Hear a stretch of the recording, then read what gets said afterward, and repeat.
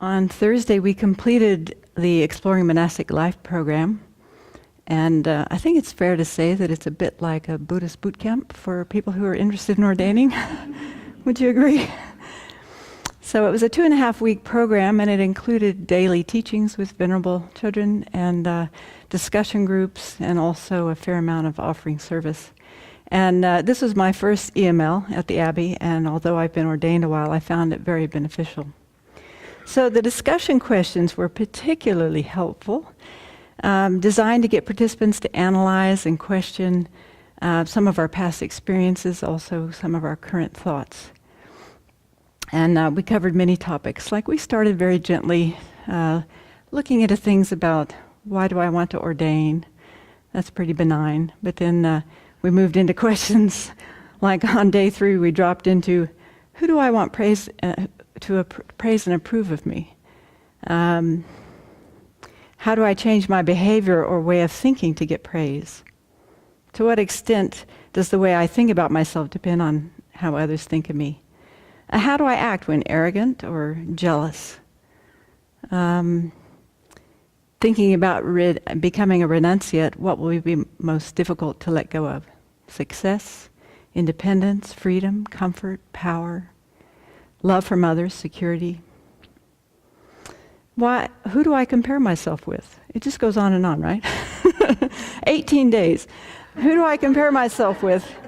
In what ways do I compare myself with others? For example, in terms of money, status, good looks, intelligence.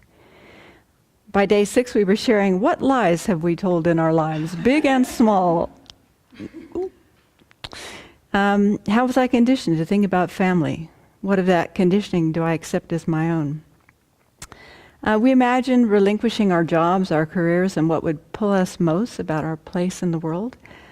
And by day 9, we shared how do I relate to authority? How much do I dislike people telling me what to do or how to do things?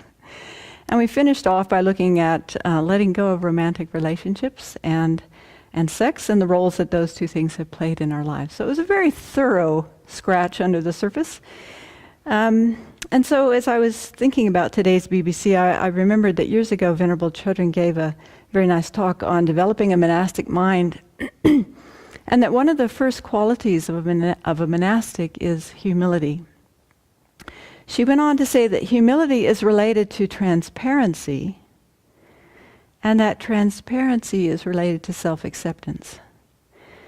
So humility is related to transparency, being willing to be authentically who we are and sharing that with others.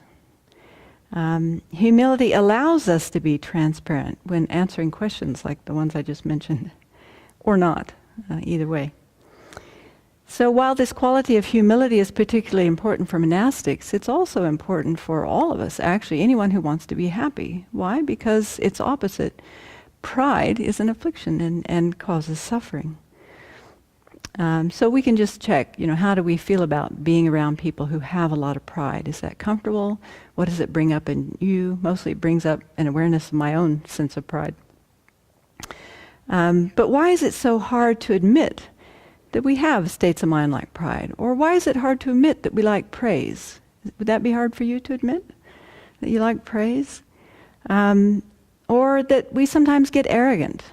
Or why is it so hard to admit that we've lied in the past? Okay, so each one of you can come up here and tell all of us the big and small lies that you've shared in your life, or that you've generated in your life. How would you feel about that? Could you be that transparent on the spot? What's the level of humility that allows you to do that or not? So I noticed in some discussion groups, my mind was very relaxed. I didn't feel any need to impress anyone or be seen in a certain way or be the best. I could just relax and share what was on my mind.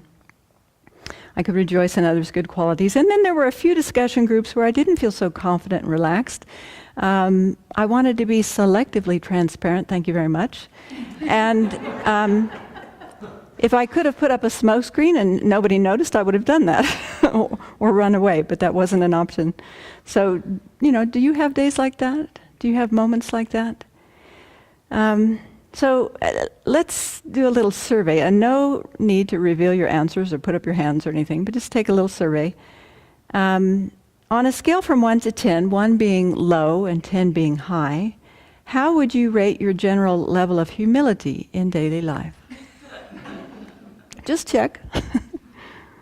It's just for you, edification.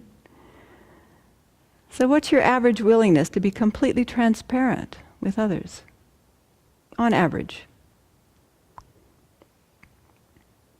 And in this incredibly competitive society that we live in, how many of us truly feel good about ourselves consistently and in all situations?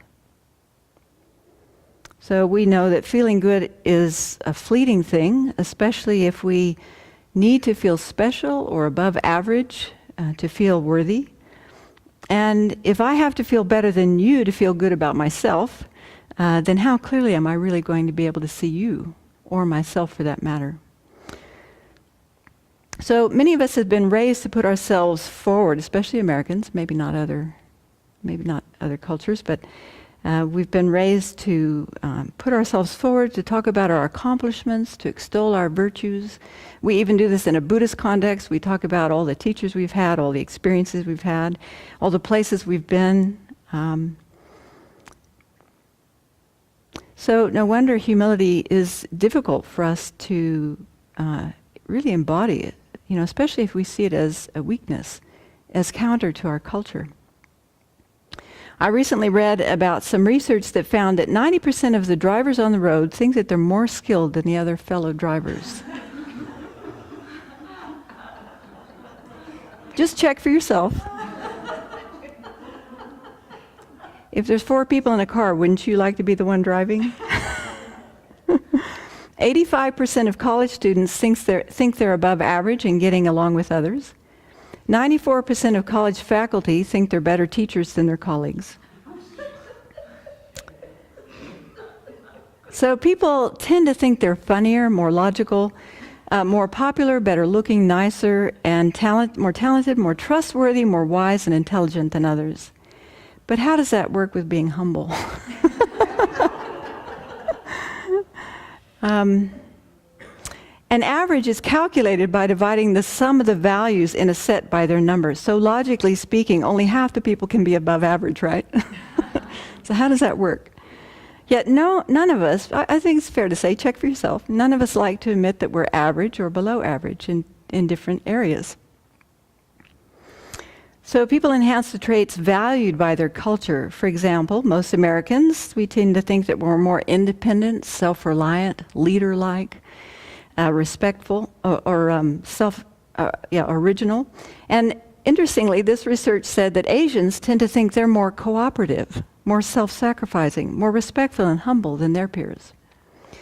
So it just depends on, what we value in our culture. The problem comes when we can't really live up to that exaggerated sense of our abilities. But as monastics, instead of external achievements and accomplishments, then our goal is internal transformation. Instead of worrying about what other people think about us so much, we try to be more concerned with ethical motivations and actions and developing a good heart. And as Venerable recently reminded us, what good does it do if we're praised by 100 or 1,000 people if our next rebirth is one in the hells? Which could be. So Longri Tongpa aptly reminds us to practice humility constantly. Whenever I'm with others, I will practice seeing myself as the lowest of all, and from the very depths of my heart I will hold others as supreme. Easily said, not so easily done. But constantly holding the Buddha's qualities in our mind can encourage our humility. As we saw this morning, the choice of the word Tathagata is important in that verse that we were looking at, verse 201. Often the term Tathagata is translated as the thus gone, or the one thus gone. And in all of the various world systems, there are countless phenomena, subtle and coarse, and each one of them has its own individual nature. There's no other being than a Buddha who can understand the nature of all phenomena in its diversity and reality. And so this being is known as a Tathagata, one who proceeds having understood the nature of all phenomena exactly as it is. So keeping that in our mind can help us to lessen our pride as we're going through Arya Davis is good enough for lessening our pride anyway, isn't it? So may each one of us may each of us become one who proceeds, having understood the nature of all phenomena exactly as it is, for the benefit of all mother sentient beings.